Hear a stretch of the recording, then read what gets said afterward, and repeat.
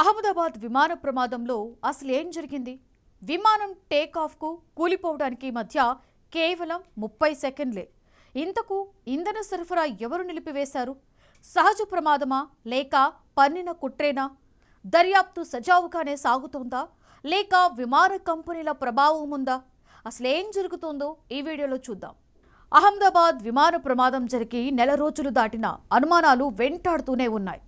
AIIB ప్రాథమిక నివేదికపై పైలట్ల సంఘం అభ్యంతరం చెబుతున్న నేపథ్యంలో వైమానిక భద్రతా నిపుణులు మాజీ కెప్టెన్ మోహన్ రంగనాథన్ సంచలన ఆరోపణలు చేశారు.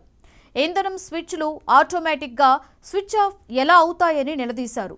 ప్రాథమిక నివేదికను పరిశీలిస్తే వాస్తవాలు వెలికితీసే రీతిలో దర్యాప్తు జరగడం లేదని అనుమానించవలసి వస్తుంది అంటూ ప్రశ్నల వర్షాన్ని కురిపించారు.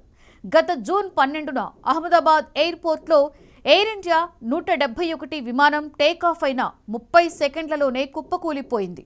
ఈ ఘటనలో 272 మంది మరణించారు.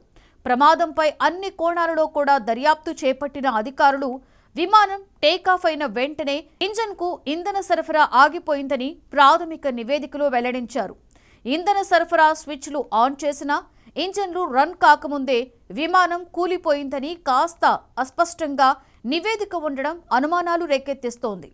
నెపం పైలట్లపైన వేసేలా కనిపిస్తోందని పైలట్ల సంఘం అభ్యంతరాలు తెలుపగా, తాజాగా మాజీ కెప్టెన్ మోహన్ రంగనాథన్ చేసిన ఆరోపణలు దుమారం రేపుతున్నాయి.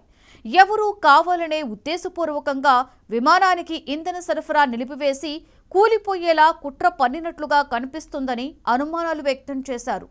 ఒక్క మాటలో చెప్పాలి అంటే ఆత్మాహుతి దాడి లాంటి చర్య అని ఆగ్రహం వ్యక్తం చేశారు.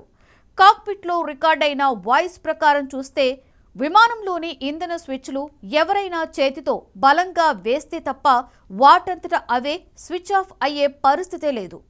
తేలిగ్గా జారిపోకుండా ఎవరైనా పట్టుకొని గట్టిగా కదిపేస్తే తప్ప ఆన్ కావు. దృఢంగా వాటంతట అవే కదలకుండా ఉండేలా స్విచ్లను డిజైన్ చేశారు. ఇప్పుడు దర్యాప్తు అధికారులు వెల్లడించిన నివేదిక ప్రకారం ఇంధన స్విచ్లు వాటంతట అవే ఆఫ్ అయ్యాయని చెబుతుండడం విమానయాన వర్గాలలో దుమారాన్ని రేపింది. ఉద్దేశపూర్వకంగా ఎవరైనా వాటిని స్విచ్ ఆఫ్ పొజిషన్కు మార్చి ఉంటారనే అనుమానాలు పెరిగిపోతున్నాయి. పౌర విమానయాన రంగంలో ప్రయాణికుల భద్రతే చాలా ముఖ్యం. సురక్షిత ప్రయాణానికి డోకా లేదని భరోసా కల్పిస్తారా? మాజీ కెప్టెన్ ఆరోపణలకు అధికారులు, యాజమాన్యం స్పందన ఏంటి? అనుమానాలు నివృత్తి చేస్తారా? వేచి చూద్దాం.